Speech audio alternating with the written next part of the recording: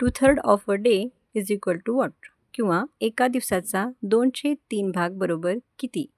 तर इथं खास करून हा व्हिडिओ लहान मुलांसाठी आहे. तर पहा, एका दिवसाचे तास असतात 24. किती तास असतात? 24. ह्या 24चे एकूण समान भाग होतात 3.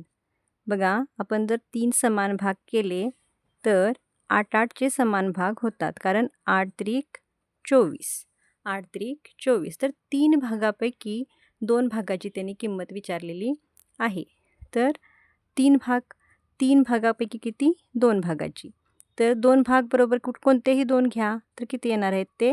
16. ते किती येणार आहेत? 16. तेच गणिताच्या माध्यमातून कसे सोडवायचे?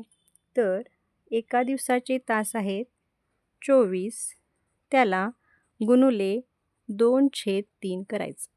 आता हे 24ला असतो छेद 1. अंशांचा गुणाकार करायचा. 24 दोन्ही झाले 48. छेदाछेदांचा गुणाकार करायचा. 3 एके 3. आता अंशाला छेदाने भागायचं. बघा, 3 एके 3, 3 एके 3, राहिला 1 झाले 18, 3 स 18.